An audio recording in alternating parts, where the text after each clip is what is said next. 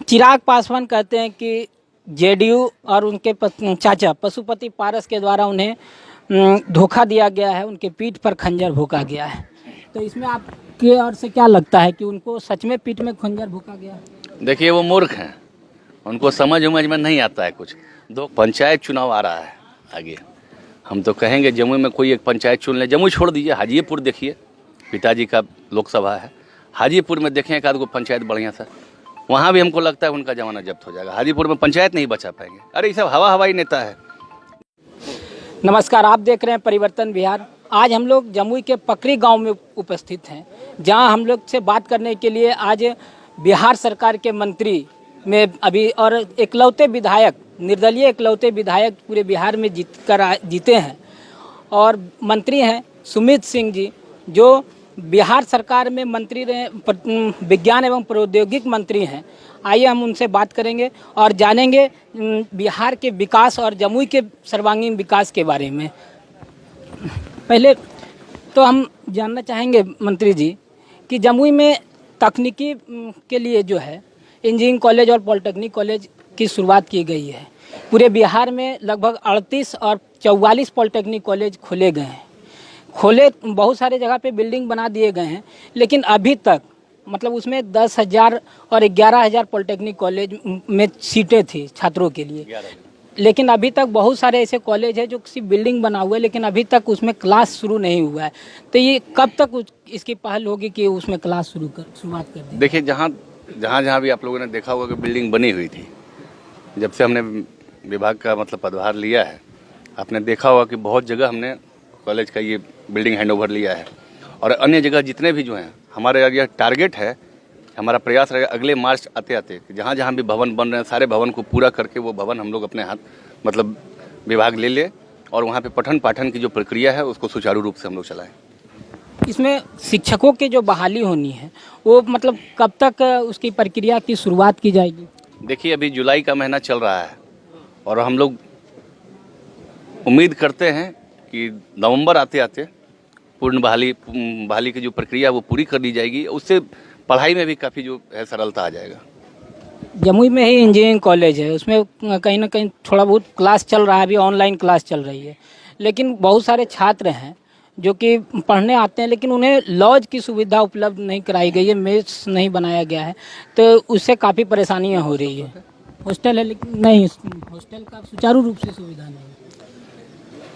और ऐसी बात है तो मैं उसकी जानकारी ले लेता हूँ। जहाँ तक मुझे जानकारी है कि वहाँ हॉस्टल की सुविधा है, लेकिन अगर वहाँ पे कुछ कमियाँ हैं तो जमुई तो मेरा गृह जिला है, मैं अवश्य इस पर देखता हूँ वहाँ पे क्या कमियाँ हैं। बिहार के मुख्यमंत्री जी महिला सशक्तिकरण पे बहुत बल देते हैं, इस नाते तकनीकी जो पढ़ाई है इंजीनियरिंग और मेडिकल में उन्होंने 33.33% का आरक्षण दिया है। तो इससे महिलाओं पर के जो सर्वांगीण विकास है उसमें क्या प्रभाव पड़ेगा? देखिए, आप खुद भी समझ सकते हैं कि महिलाओं को आगे लाने के लिए हम लोग को कुछ देना होगा। आप देखिए, पंचायत स्तरीय चुनाव में भी उन्होंने महिलाओं को आरक्षण दिया था, उसका क्या लाभ मिला है ये मुझे बोलने की आवश्यकता नहीं है। आप तो पत्रकार हैं और आप सब जगह जाना आप लोग का होता है, आप लोग को भी जानकारी मिलती है कि महिलाओं को सशक्त करने से ये होता है कि समाज में मजबूती आती है। महिलाओं को जागरूक करने से स्वतः इलाके में विकास का काम होगा।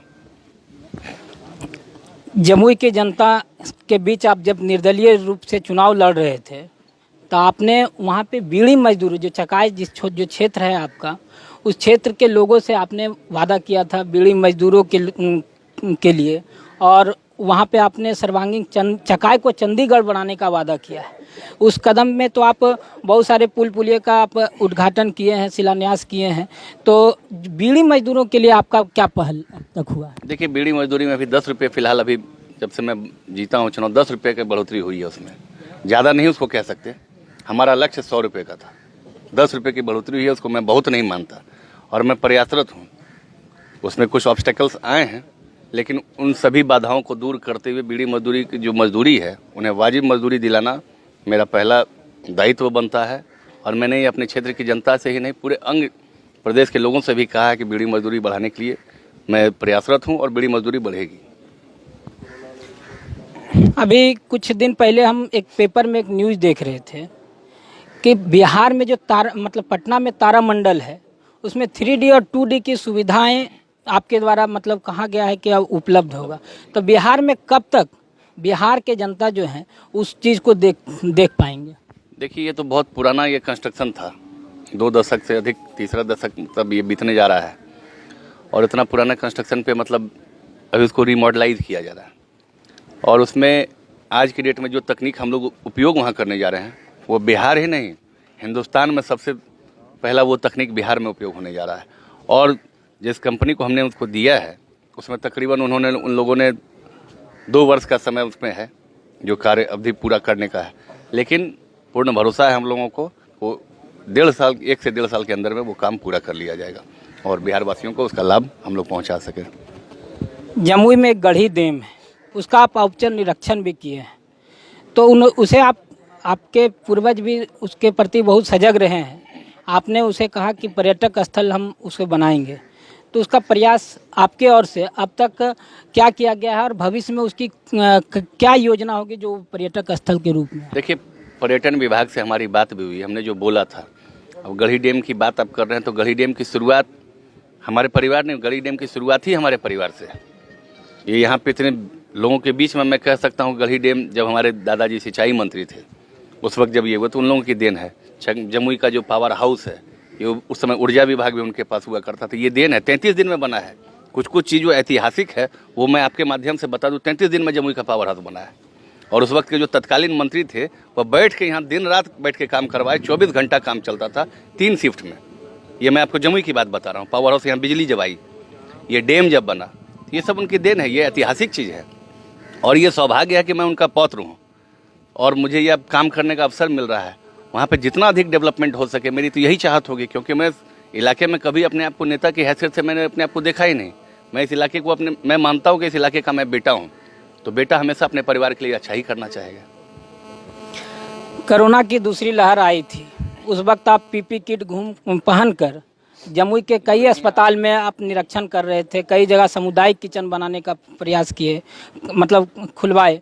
और अब कहा जा रहा है कि तीसरा लहर जो है डेल्टा वेरिएंट के रूप में आने वाला है, तो आपकी ओर से क्या पहल किया जाएगा जो उसे पहले से हम लोग बचाव का कुछ उपाय? देखिए, मैं यही कहूँगा कि लोग अधिक से अधिक इसमें टीका अवश्य लें और आसपास के लोगों को जागरूक करें कि वो हर कोई मतलब अपना टीकाकरण करवा लें। और सब लोग जब टीका ले लेंगे तो स्वतः यह बीमारी दूर हो जाएगी।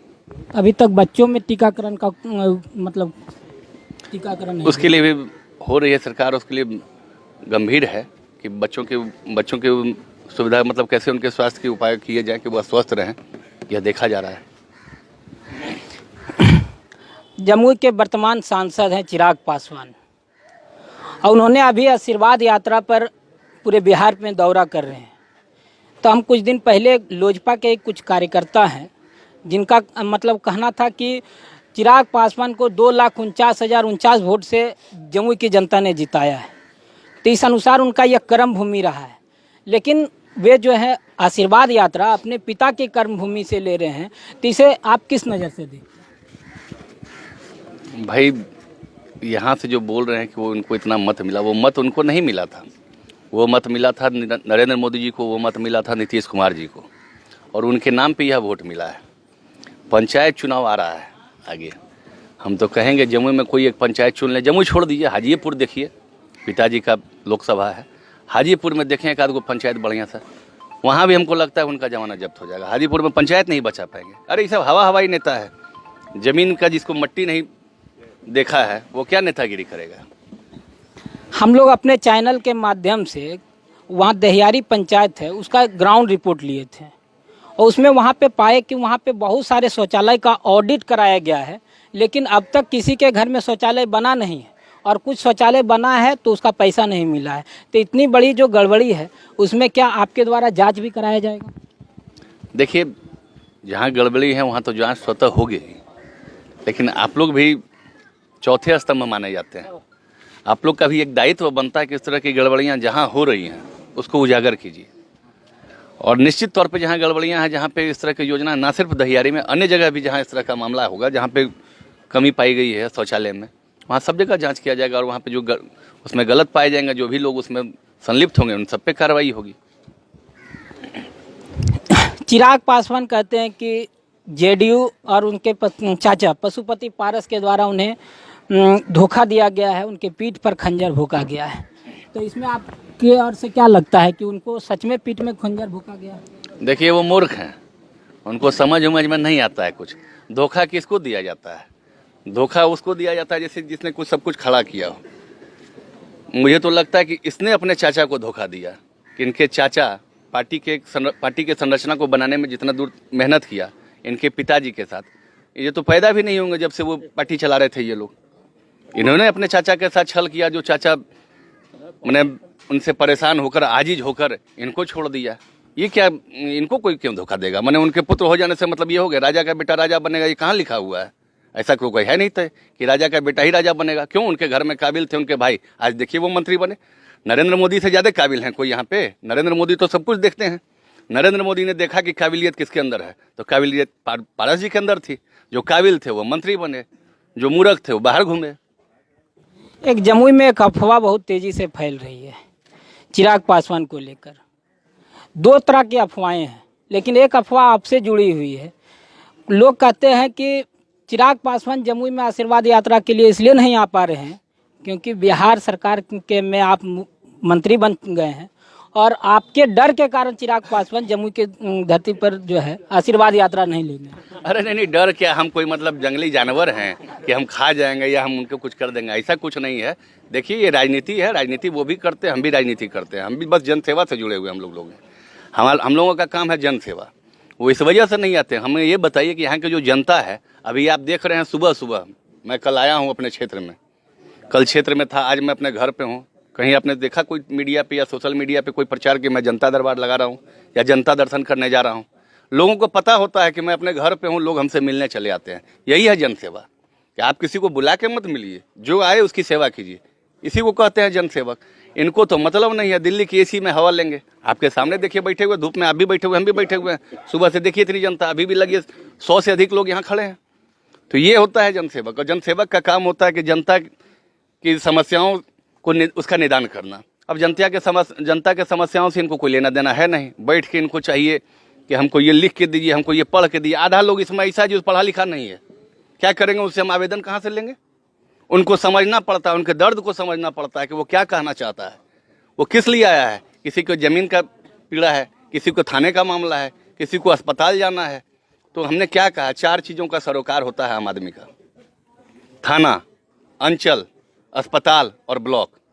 इन चारों चीज़ पे प्रतिनिधि सक्रिय रहें कि उनके जो भी लोग आते हैं, ये हम नहीं कहते जिन्होंने वोट दिया, मैं तो सबका, और मैं अब तो बिहार सरकार में मंत्री हूँ, जो हमारे पास आएंगे, जो हमारे सहयोग, जो हमसे सहयोग चाहेंगे और हमसे बढ़िया हो सकेगा, भला हो सकेगा, तो मैं उनका भला ही करूँगा। मैं इसी के लिए पैदा लिया हूँ और मैं यही करता रहूँगा। मतलब चिराग पासवान ने बरनार जलाशय योजना के लिए काफ़ी लोगों मतलब अपना देते रहे हैं, हमेशा बोलते रहे हैं कि हम बरनार जलाशय योजना की शुरुआत करेंगे। चकाई में रेलवे लाइन की बात हुई, सिर्फ वह लेटर पे रह गया है। अब जमुई की जनता को उनसे आशा नहीं है। तो क्या आपके द्वारा जो उनका जो अधूरा काम है, अधूरा क्या किए ही नहीं, सिर्फ लेटरबाज किए हैं, तो क्या उस काम की भी प्रक्रिया आपके द्वारा की जाएगी कभी? देखिए पिछले साल 2019 में लोकसभा से ठीक पहले आप लोग के संज्ञान में हम खाली आप लोग को याद दिलाते हैं, इन मुद्दों को जरूर उठाइए आप लोग। चौथे स्तंभ हैं, रेलवे का शिलान्यास हुआ था यहाँ पे, रेलवे लाइन का। उसी रेल से लगता है आएंगे बरनार का योजना देखने के लिए। उनको बरनार से कोई मतलब नहीं है। जमुई की जनता उनके लिए बरनौल रखे, उनको बरनौल की आवश्यकता है। अभी बीच में एक फेसबुक पे हम लोग देख रहे थे कि बांका की सांसद रही हैं पुतुल देवी, और एक वीडियो था उसमें लिखा हुआ था मतलब कुछ टिप्पणियां आपके प्रति की गई थी। तो इस तरह की राजनीतिक आकांक्षाएं जो है उसको आप किस नज़र से देखते हैं? इस तरह की जो भेदभाव का भावना बनाया जाता है। देखिए ये मीडिया है, इलेक्ट्रॉनिक है, ऐसा नहीं है कि किसी ने इंटेंशनली किया होगा। मुझे लगता है कि उन्होंने अपने फेसबुक खुद से वो चलाती भी नहीं होंगे, कोई होगा बाई मिस्टेक दब गया होगा, शेयर हो गया होगा। ऐसा कोई ये नहीं है कि मतलब उन्होंने, मैं भी उनके पुत्र के समान हूँ। वो ऐसा नहीं है कि मतलब अपने पुत्र को कुछ इस तरह से कहेंगे। जिस तरह से श्रेयसी हैं उनकी पुत्री हैं, उस तरह से मैं भी उनका पुत्र हूँ। कोई हम लोग में कोई ऐसी कोई बात नहीं है। माँ समान है, अगर कुछ हो भी गया तो हम उनको कुछ नहीं कह सकते। वर्तमान समय में लोजपा चिराग पासवान की है कि अब पशुपति पारस की? हाँ, वर्तमान समय में लोजपा चिराग पासवान की है कि या पशुपति पारस की? क्योंकि अब संजय जायसवाल भी जो हैं वो बोल रहे हैं कि पशुपति पारस ही लोजपा है। अब हमको एक बात बताइए, पार्टी कार्यालय में कौन बैठ रहा है? हमको एक बात बताइए, पार्टी की तरफ से मंत्री कौन बने? संसदीय दल ने मान्यता किसको दिया? लोकसभा अध्यक्ष ने किसको मान्यता दी? इन सब को देखते हुए ये प्रश्न पूछना ही मतलब आप चिराग पासवान काहे बन रहे हैं? मूर्ख तो वो है। ये मूर्खता वाला शब्द उसको कहने दीजिए। नरेंद्र मोदी जी ने जब इनको मंत्री बनाया था, कोर्ट में गए, क्या असर हुआ? उनको यह ज्ञान है कि कौन मामला कोर्ट में देना चाहिए, कौन नहीं देना चाहिए? कोर्ट में खारिज हो गया। जमुई में अभी पारस गुट से लोजपा के जिला अध्यक्ष बनाए गए हैं नेपाली सिंह जी। तो क्या मैं ये मानकर चलूं या जमुई की जनता यह मानकर चले कि जो पारस गुट के जो लोजपा है उन्हें पारस जी की भी समर्थन मिलेगी और सुमित जी की भी समर्थन मिलेगी? देखिए, स्वाभाविक बात है, वो सरकार में है, एनडीए के पार्ट हैं, और जो भी एनडीए के पार्ट होंगे उनको निश्चित तौर पे सरकार का सहयोग मिलेगा ही। मैं सरकार का सहयोगी हूँ तो निश्चित तौर पे। और जो बने हैं वो कर्मठ आदमी हैं, अच्छे आदमी हैं, उनके बारे में भी जानकारी है कि वो काम करने वाले हैं, लगनशील हैं, इसलिए उनको पार्टी ने अध्यक्ष बनाया है। 24 तारीख को चिराग पासवान का आशीर्वाद यात्रा जमुई में लगा है, तो उसमें उनकी आशीर्वाद यात्रा जो है, उन्हें आशीर्वाद फिर से जमुई की जनता देगी? ये तो जमुई की जनता देखेगी। अब जमुई की जनता से आके पूछें कि आशीर्वाद मिलेगा कि क्या मिलेगा। धन्यवाद। आप देख रहे थे परिवर्तन बिहार। हमने विभिन्न मुद्दों पर बिहार के मंत्री सुमित सिंह जी से बात किया और हम लोग जाने कि बिहार का विकास और जमुई के विकास में वो अपना कैसे सहभागिता देंगे, और साथ ही चिराग पासवान जो आशीर्वाद यात्रा पे निकले हैं उस पर भी विभिन्न तरह के सवाल हमने पूछे, जिनका सही मायने में क्या जवाब है, क्या तरीका है, उन्होंने मंत्री जी ने हमें दिया है।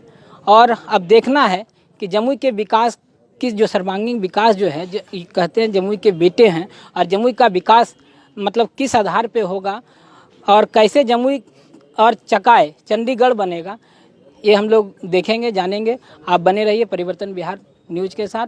आप हमारे सहयोगी हैं।